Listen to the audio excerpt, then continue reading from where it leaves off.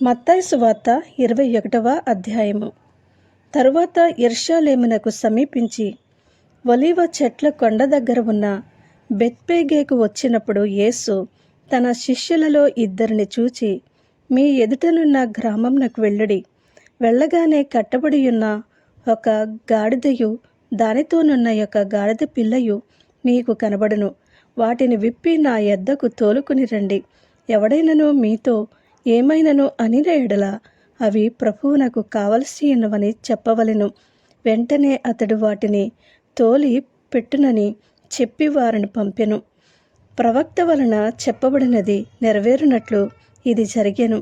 అదేమనగా, ఇదిగో, నీ రాజు సాత్వికుడై గాడిదను, భారవాహక పశువు పిల్లయైన చిన్న గాడిదను ఎక్కి నీ యొద్దకు వచ్చుచున్నాడని సీయోను కుమారుతో చెప్పుడి అనునిది. శిష్యులు వెళ్ళి యేసు తమకు ఆజ్ఞాపించిన ప్రకారము చేసి ఆ గాడిదను దాని పిల్లను తోలుకుని వచ్చి వాటి మీద తమ బట్టలు వేయగా ఆయన బట్టల మీద కూర్చుండెను. జన సమూహములోను అనేకులు తమ బట్టలు దారి పొడుగున పరచిరి. కొందరు చెట్ల కొమ్మలు నరికి దారి పొడుగున పరచిరి. జన సమూహములలో ఆయనకు ముందు వెళ్ళుచుండిన వారును వెనుక వచ్చుచుండిన వారును, దావీదు కుమారునికి జయము, ప్రభువు పేరిట వచ్చువాడు స్తుతింపబడునుగాక, సర్వోన్నతమైన స్థలములలో జయము అని కేకలు వేయుచుండిరి. ఆయన యెరూషలేములోనికి వచ్చినప్పుడు పట్టణమంతయు ఈయన ఎవరో అని కలవరపడెను. జన సమూహము ఈయన గలిలయలోని నజరేతువాడగు ప్రవక్త అయిన యేసు అని చెప్పిరి. యేసు దేవాలయములో ప్రవేశించి క్రయ విక్రయములు చేయు వారినందరినీ వెళ్ళగొట్టి రూకలు మార్చువారి బల్లలను, గొవ్వలమ్మువారి పీఠములను పడద్రోసి, నా మందిరము ప్రార్థనా మందిరం అనబడును అని వ్రాయబడి ఉన్నది. అయితే మీరు దానిని దొంగల గుహగా చేసెడి వారానెను. గ్రుడ్డివారును కుంటివారును దేవాలయంలో ఆయన యొద్దకు రాగా ఆయన వారిని స్వస్థపరిచెను. కాగా ప్రధాన యాజకులను శాస్త్రులను ఆయన చేసిన వింతలను, దావీదు కుమారునికి జయము అని దేవాలయంలో కేకలు వేయుచున్న చిన్న పిల్లలను చూచి కోపంతో మండిపడి, వీరు చెప్పుచున్నది వినుచున్నావా అని ఆయనను అడిగిరి. అందుకు యేసు, వినుచున్నాను. బాలుర యొక్కయు చంటి పిల్లల యొక్కయు నోట స్తోత్రము సిద్ధింపచేసితివి అను మాట మీరెన్నడూ చదవలేదా అని వారితో చెప్పి వారిని విడిచి పట్టణము నుండి బయలుదేరి బేతానియాకు వెళ్ళి అక్కడ బస చేసెను. ఉదయమందు పట్టణమునకు మరలా వెళ్ళుచుండగా ఆయన ఆకలిగొనెను. అప్పుడు త్రోవ ప్రక్కన ఉన్న యొక్క అంజూరపు చెట్టును చూచి దాని యొద్దకు రాగా దాని యందు ఆకులు తప్ప మరేమీ కనబడలేదు కనుక దానిని చూచి, ఇక మీదట ఎన్నటికి నీవు కాపు కాయకుందువుగాక అని చెప్పెను. తక్షణమే ఆ అంజూరపు చెట్టు ఎండిపోయెను. శిష్యులది చూచి ఆశ్చర్యపడి అంజూరపు చెట్టు ఎంత త్వరగా ఎండిపోయినని చెప్పుకునిరి. అందుకు యేసు, మీరు విశ్వాసము కలిగి సందేహపడకుండిన ఎడల ఆ అంజూరపు చెట్టును జరిగిన దానిని చేయుట మాత్రమే కాదు, ఈ కొండను చూచి నీవు ఎత్తబడి సముద్రంలో పడవేయబడుదువుగాక అని చెప్పిన ఎడల అలాగు జరిగినని మీతో నిశ్చయముగా చెప్పుచున్నాను. మరియు మీరు ప్రార్థన చేయనప్పుడు వేటిని అడుగుదురో అని దొరికినవని నమ్మిన ఎడల మీరు వాటినన్నిటినీ పొందుదురని వారితో చెప్పెను. ఆయన దేవాలయంలోనికి వచ్చి బోధించుచుండగా ప్రధాన యాజకులను ప్రజల పెద్దలను ఆయన యొద్దకు వచ్చి, ఏ అధికారము వలన నీవు ఈ కార్యములు చేయుచున్నావు? ఈ అధికారం ఎవడు నీకిచ్చినని అడగగా యేసు, నేనును మిమ్మును ఒక మాట అడుగుదును, అది మీరు నాతో చెప్పినట్లల్లా నేనును ఏ అధికారము వలన ఈ కార్యములు చేయుచున్నానో అది మీతో చెప్పుదును. యోహాను ఇచ్చిన బాప్తిస్మము ఎక్కడి నుండి కలిగినది? పరలోకము నుండి కలిగినదా, మనుష్యుల నుండి కలిగినదా అని వారిని అడిగెను. వారు, మనము పరలోకము నుండి అని చెప్పితిమా. ఆయన, అలాగైతే మీరెందుకు అతని నమ్మలేదని మనలను అడుగును. మనుష్యుల వలనని చెప్పితిమా, జనులకు భయపడుచున్నాము.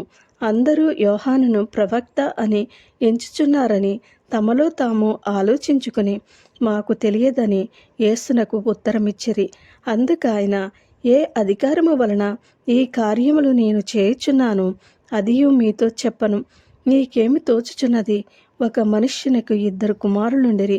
అతడు మొదటివాని యొద్దకు వచ్చి, కుమారుడా, నేడు పోయి ద్రాక్ష తోటలో పని చేయమని చెప్పగా, వాడు పోను అని ఉత్తరమిచ్చెను. కాని పిమ్మట మనస్సు మార్చుకుని పోయెను. అతడు 2వ వాని యొద్దకు వచ్చిని ఆ ప్రకారమే చెప్పగా, వాడు, అయ్యా, పోదుననెను గాని పోలేదు. ఈ ఇద్దరిలో ఎవడు తండ్రి ఇష్టప్రకారము చేసిన వాడని వారిని అడిగాను. అందుకు వారు, మొదటివాడే అనిరి. యేసు, సుంకర్లను, వేశ్యలను మీకంటే ముందుగా దేవుని రాజ్యంలో ప్రవేశించుదరని మీతో నిశ్చయముగా చెప్పుచున్నాను. యోహాను నీతి మార్గమున మీ యొద్దకు వచ్చెను, మీరతనిని నమ్మలేదు. అయితే సుంకరులను, వేశ్యలను అతనిని నమ్మిరి. మీరు అది చూచియు అతనిని నమ్మునట్లు పశ్చాత్తాపపడకపోతిరి. మరి ఒక ఉపమానము వినుడి. ఇంటి యజమానుడు ఒకడుండెను. అతడు ద్రాక్ష తోట నాటించి దాని చుట్టూ కంచె వేయించి అందులో ద్రాక్షాల తొట్టి తొలిపించి గోపురము కట్టించి కాపులకు దాని గుత్తకిచ్చి దేశాంతరము పోయెను. పండ్ల కాలము సమీపించినప్పుడు పండ్లలో తన భాగము తీసుకుని వచ్చుటకు ఆ కాపుల యొద్దకు తన దాసులను నంపగా, ఆ కాపులు అతని దాసులను పట్టుకుని యొక్కని కొట్టిరి, యొక్కని చంపిరి, మరి యొక్కని మీద రాళ్ళు రువిరి. మరలా అతడు మునుపటి కంటే ఎక్కువ మంది ఇతర దాసులను పంపగా, వారు వీరిని ఆ ప్రకారమే చేసిరి. తుదకు, నా కుమారుని సన్మానించదననుకుని తన కుమారుని వాని యొద్దకు పంపెను. అయినను ఆ కాపులు కుమారుని చూచి, ఇతడు వారసుడు, ఇతన్ని చంపి ఇతని స్వాస్యము తీసుకుందము రండని తమలో తాము చెప్పుకొని అతని పట్టుకుని ద్రాక్ష తోట వెలుపట పడవేసి చంపిరి. కాబట్టి ఆ ద్రాక్ష తోట యజమానుడు వచ్చినప్పుడు ఆ కాపులనేమి చేయననెను. అందుకు వారు ఆ దుర్మార్గులను కఠినముగా సంహరించి వాటి వాటి కాలముల యందు తనకు పండ్లను చెల్లించినట్టి ఇతర కాపులకు ఆ ద్రాక్ష తోట గుత్తకిచ్చునని ఆయనతో చెప్పిరి. మరియు యేసు వారిని చూచి, ఇల్లు కట్టువారు నిషేధించిన రాయి మూలకు తలరాయి ఆయను. ఇది ప్రభు వలననే కలిగెను. ఇది మన కన్నులకు ఆశ్చర్యము అనే మాట మీరు లేఖనంలో ఎన్నడూనూ చదవలేదా? కాబట్టి దేవుని రాజ్యము మీ యొద్ద నుండి తొలగింపబడి దాని ఫలమిచ్చు జనులకియ్యబడునని మీతో చెప్పుచున్నాను. మరియు ఈ రాతి మీద పడువాడు తునకలైపోవును గాని అది ఎవరి మీద పడునో వానిని నలిచేయునని ప్రధాన యాజకులను, పరిసయ్యులను ఆయన చెప్పిన ఉపమానములను విని తమ్మును గూర్చియే చెప్పినని గ్రహించి ఆయనను పట్టుకున్న సమయము చూచుచుండిరి. కాని జనులందరూ ఆయనను ప్రవక్తయని ఎంచిరి గనుక వారికి భయపడిరి. ఆమేన్.